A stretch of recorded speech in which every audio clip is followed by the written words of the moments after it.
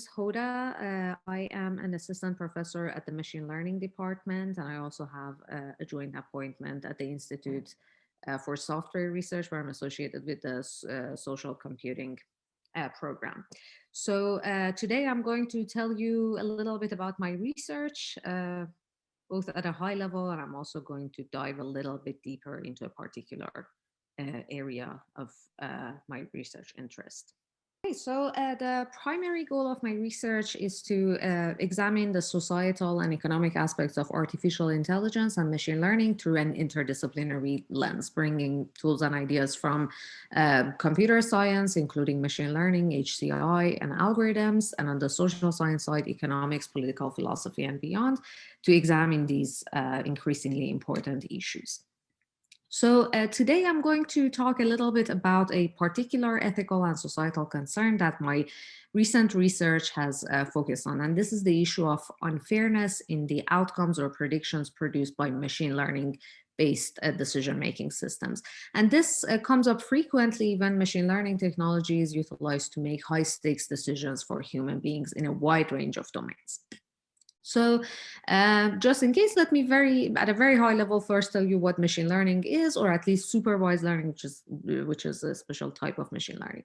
So here is at a high level how machine learning works. Feel free to ignore the notation. So we basically have access to the historical data records on individuals and their the decision or the outcomes they have received. This, for example, could be whether a criminal defendant reoffended or not. So for each individual, we have access to some of their features and their outcome or decision. Now, what a learning algorithm does is basically use this data to find or fit a predictive model to the data so that this fitted model has high accuracy in terms of predictions it makes for future individuals. Now, this predictive model is then used to make predictions, which would be the basis of certain decisions for new human subjects, decision subjects, and the decisions that the machine makes for individuals in turn impacts them and allocates a certain notion of benefit or harm among them, depending on the context at hand.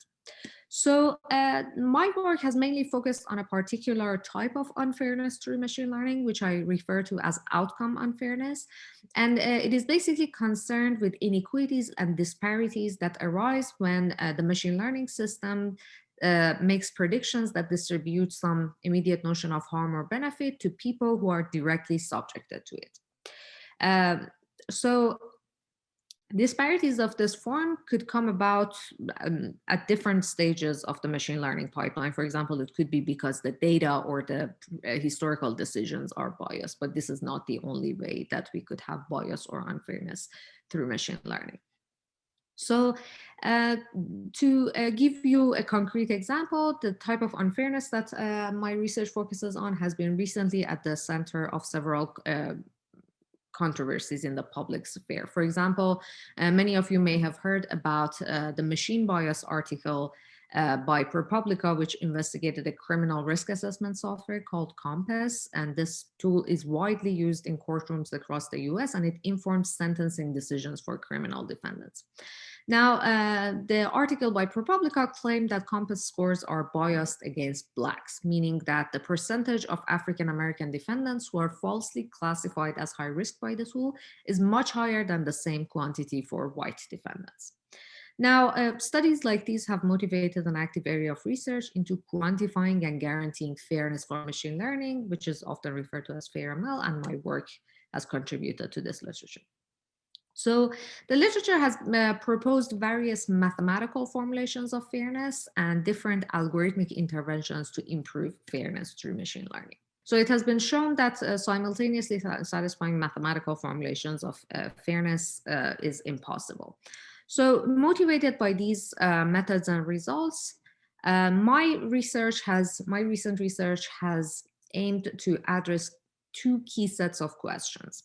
So the first set of problems that my work addresses is concerned with formulating fairness. How should we determine the proper formulation of fairness given the decision-making context at hand? And this question is important given that we cannot simultaneously satisfy all the notions of fairness.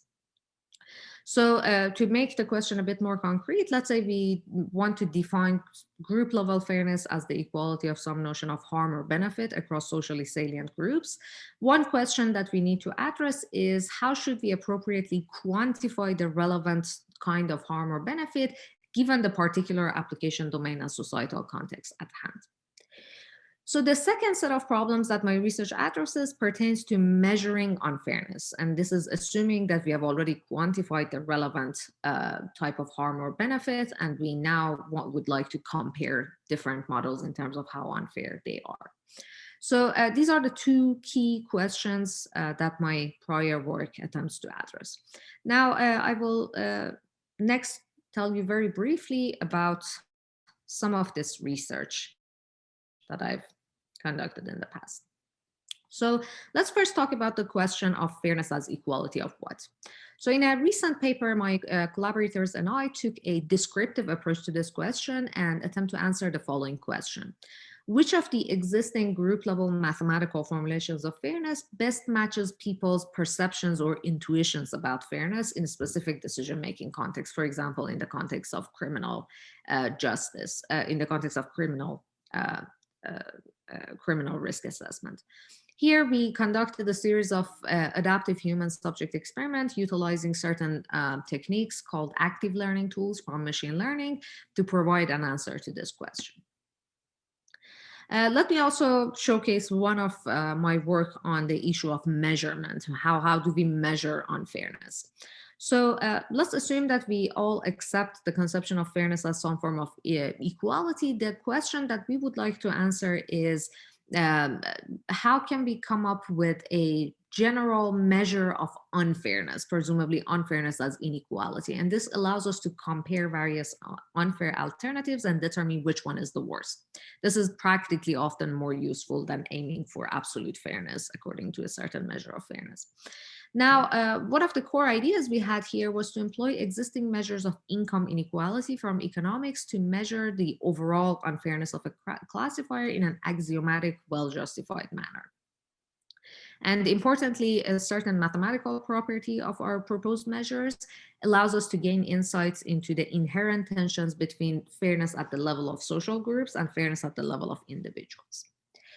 So with that very brief overview of what I've been up to so far, let me also talk a little bit about my future research directions.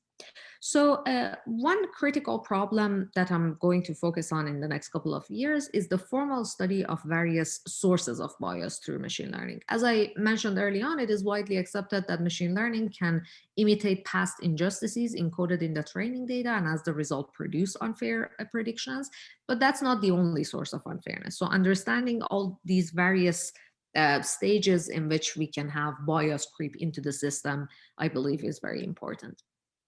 Another important direction is to design and study effective ways of comparing and combining algorithmic or machine learning-based decision-making with human-based decision-making and combining human judgment with machine judgment to get the best of both worlds. And this requires us to have a much better understanding of the psychological processes that are at work behind the scene when people go about making their decisions. And last but not least, the societal implications of automated decision-making goes well beyond concern for unfairness and discrimination. And I plan to extend my research inquiry into broader notions of justice, including procedural justice and social level justice. And there are also a whole host of other legal requirements that are in place now for machine learning systems. For example, GDPR prescribes numerous rights for decision subjects, including the right to transparency, the right to rectification, erasure of their data, and so on. So the question here is, can we mathematically capture any of these requirements, and can we at least partially automate the process of complying with them, given the scale at which these decisions are being automated? So hopefully this gave you a flavor of the type of research that I do. Thanks a lot for listening, and I look forward to the Q&A and our discussions.